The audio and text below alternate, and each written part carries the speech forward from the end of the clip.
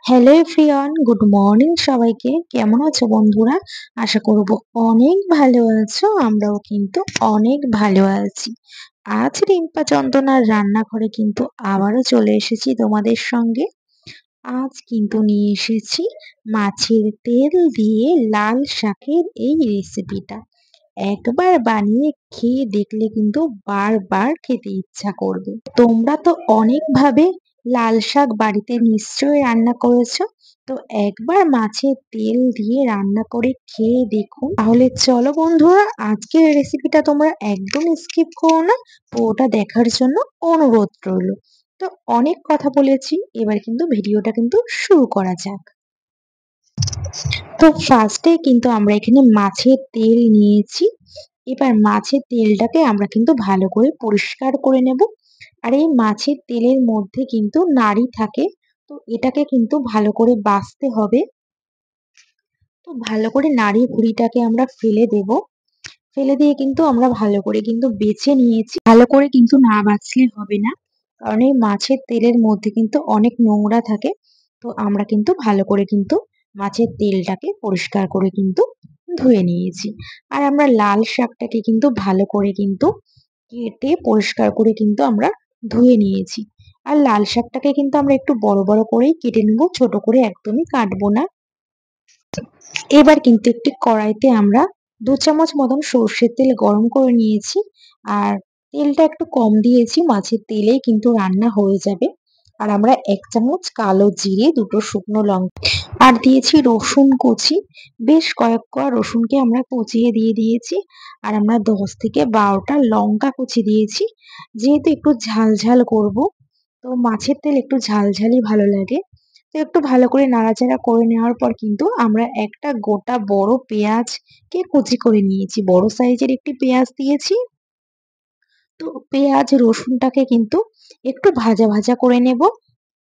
তো সবকিছু পেঁয়াজ, রসুন, কাঁচা লঙ্কা, শুকনো লঙ্কা, তো সবকিছু আমরা খুব ভালো করে কিন্তু ভাজা ভাজা করে নেব।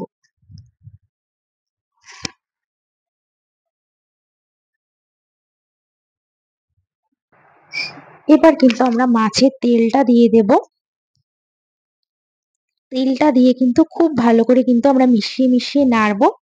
আর তেলটা যেহেতু আমরা কেটে দিইনি, এর জন্য কিন্তু আমরা খুন্তি দিয়ে কিন্তু তেলটাকে একটু টুকরো টুকরো করে নেব।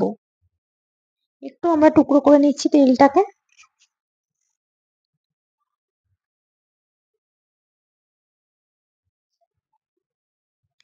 তো দেখো, খুন্তি দিয়ে কিন্তু আমরা তেলটাকে কিন্তু কেটে নিয়েছি। আর আমরা কিন্তু লাল শাক কিন্তু খুব বেশি কিন্তু ছোট করে কাটিনি। আর এই মাছের তেলের সঙ্গে একটু বড় না কাটলে কিন্তু ভালো লাগে না। তো যেহেতু আমরা মাছের তেলের সঙ্গে করব, এর জন্য কিন্তু আমরা একটু বড় কেটেছি। তো শাকটাকে ভালো করে পরিষ্কার করে ধুয়ে আমরা কড়াইতে দিয়ে দিয়েছি। এবার কিন্তু আমরা স্বাদ মতো লবণ আর একটু হলুদ গুঁড়ো দিয়ে কিন্তু খুব ভালো করে কিন্তু নাড়াচাড়া করে নেব মাছের তেলের সঙ্গে।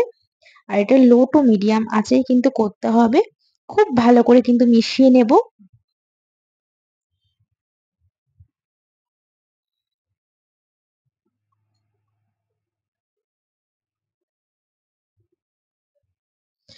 তো খুব ভালো করে কিন্তু মিশিয়ে আমরা 5 মিনিট কিন্তু ঢাকনা দিয়ে রেখে দেব।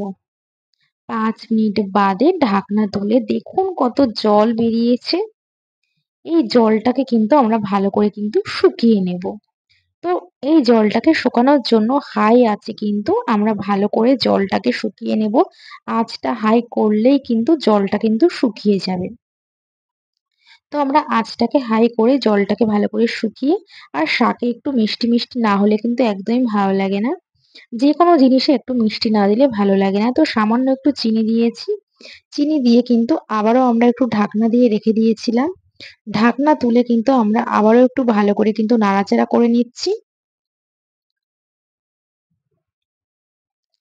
তো খুব ভালো করে কিন্তু মিশিয়ে মিশিয়ে নাড়তে হবে।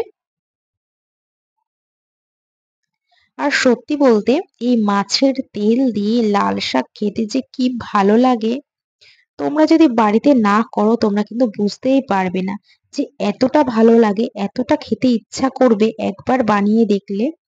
তো আমরা কিন্তু খুব ভালো করে কিন্তু নাড়াচাড়া করে নিয়েছি। তো আমাদের তৈরি হয়ে গেছে মাছের তেল দিয়ে এই লাল শাকের দুর্দান্ত একটি রেসিপি। দেখলেই বুঝতে পারছো কতটা লোভনীয় হয়েছে এই লাল শাকের এই রেসিপিটা। তো তোমরা তো বাড়িতে লাল শাকে অনেকভাবে খেয়েছো। একবার মাছের তেল দিয়ে লাল শাকের এই রেসিপিটা খেয়ে দেখুন বন্ধুরা, দুর্দান্ত লাগবে খেতে।